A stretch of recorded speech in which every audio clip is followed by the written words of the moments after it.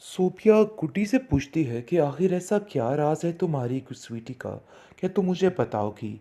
कि स्वीटी को देखते ही मेरी सांस की आंखें फटी की फटी रह जाती हैं। आगे से वो कहती है कि यकीन मानिए आप भी ऐसा कुछ भी नहीं। पता नहीं क्यों उनको क्या मसला है मेरी स्वीटी के साथ। हर कोई उसके बारे में ऐसे ही वहमो गुमान रखता है। यकीन मानिए कि ये कुछ भी नहीं करती है। लेकिन सब लोग पता नहीं क्यों इससे डरते हैं और इसके बारे में तरह तरह की बातें भी करते हैं। आप नासिर अंकल से पूछिएगा कि कभी भी उसको स्वीटी ने कुछ नहीं कहा। और पता नहीं क्यों इन लोगों के पीछे कहते हैं स्वीटी हाथ धो के पड़ चुकी है। लेकिन आप देखेंगे कि कहीं ना कहीं सोबिया ये बात समझ रही है कि आखिर स्वीटी का मामला है क्या।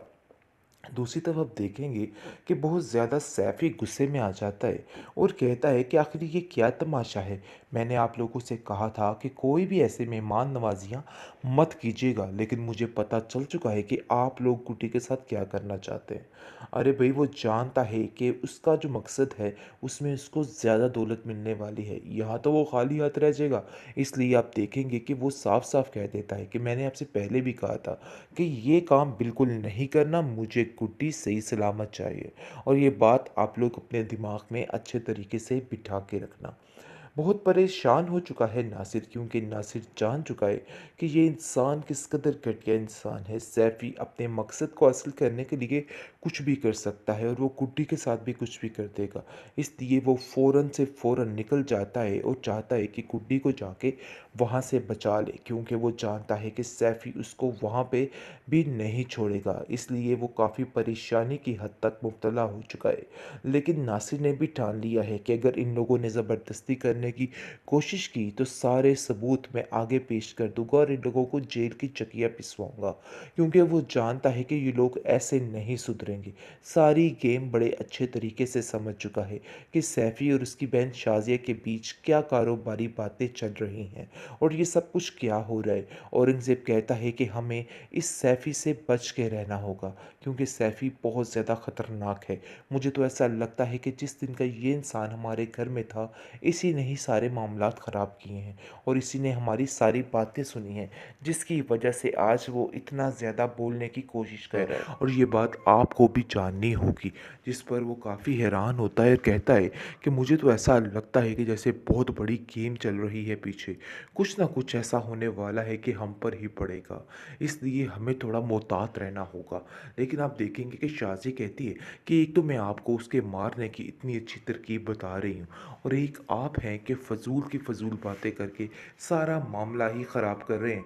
औरंगज़ेब कहता है हमें हर कदम फूक फूक कर ही रखना होगा। तुम्हारा वो हश्र होगा कि तुम याद रखोगी, क्योंकि सारी ज़िंदगी जब जेल की चक्कियाँ बैठ के पीसेगी ना तो इसकी अक्ल टिकाने आ जाएगी। इसने जो कुछ किया है इसकी सज़ा इस औरत को मिलकर ही रहेगी।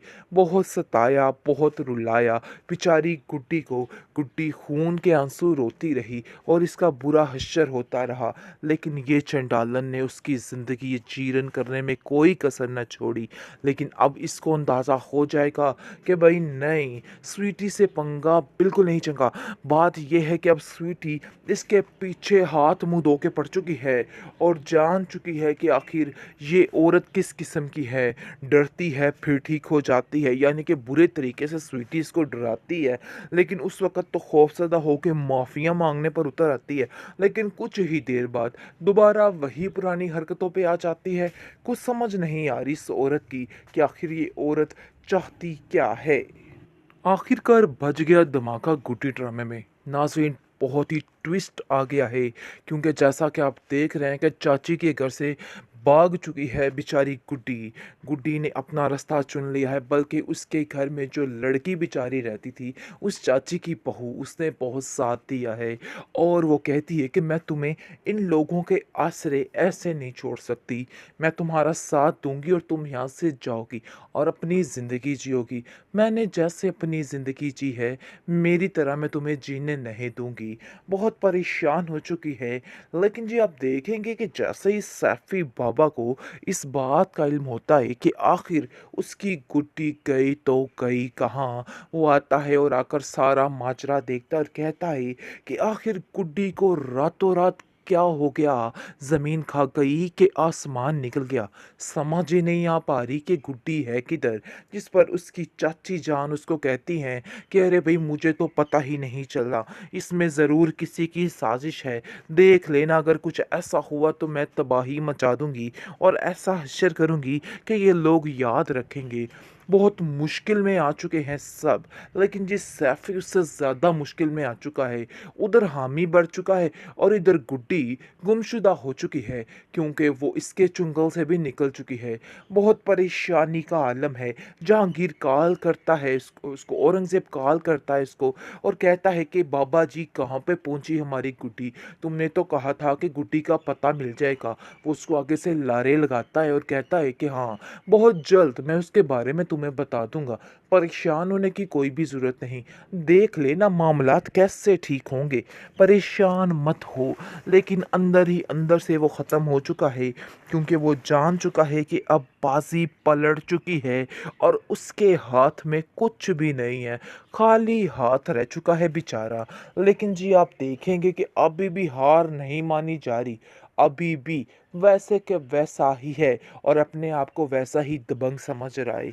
लेकिन औरंगज़ेब का भी बुरा हश्र होने वाला है कि जो कुछ सोच रहा है ना, सब कुछ इसके उल्ट पड़ने वाला है और इसकी सारी ज़िंदगी तबाह फना होने वाली है। इस चीज़ का अंदाज़ा भी इसको नहीं है। बहुत परेशानी का आलम है घर में। कुछ समझ नहीं आ रही कि आखिर ये मोड़ कहाँ पे जाएगा और कहाँ पे रुकेगा। शाज़िया जो कि बड़ी चलत्तर चालाक औरत बनती थी, अपने आप को न जाने क्या समझती थी। समझ रही थी कि सारा मामला ठीक हो जाएगा और रफ़ा दफ़ा हो जाएगा और सारी परेशानियाँ ख़त्म हो जाएँगी। लेकिन जी आप देखेंगे कि परेशानियों में तो अब इज़ाफ़ा होने वाला है और तैयार हो जो शाज़िया बेगम। बहुत जल्द तुम्हारी कहानी का दी एंड है और तुम्हारा वो हश्र होगा कि तुम याद रखोगी, क्योंकि सारी ज़िंदगी जब जेल की चक्कियाँ बैठ के पीसेगी ना, तो इसकी अक्ल ठिकाने आ जाएगी। इसने जो कुछ किया है, इसकी सज़ा इस औरत को मिलकर ही रहेगी। बहुत सताया, बहुत रुलाया बेचारी गुड्डी को। गुड्डी खून के आंसू रोती रही और इसका बुरा हश्र होता रहा। लेकिन ये चंडालन ने उसकी ज़िंदगी जीर्ण करने में कोई कसर न छोड़ी। लेकिन अब इसको अंदाज़ा हो जाएगा कि भाई नहीं, स्वीटी से पंगा बिल्कुल नहीं चंगा। बात ये है कि अब स्वीटी इसके पीछे हाथ मुँह धो के पड़ चुकी है और जान चुकी है कि आखिर ये औरत किस किस्म की है। डरती है फिर ठीक हो जाती है, यानी कि बुरे तरीके से स्वीटी इसको डराती है, लेकिन उस वक़्त तो खौफ़ज़दा होके माफ़िया माँगने पर उतर आती है। लेकिन कुछ ही देर बाद दोबारा वही पुरानी हरकतों पे आ जाती है। कुछ समझ नहीं आ रही इस औरत की कि आखिर ये औरत चाहती क्या है?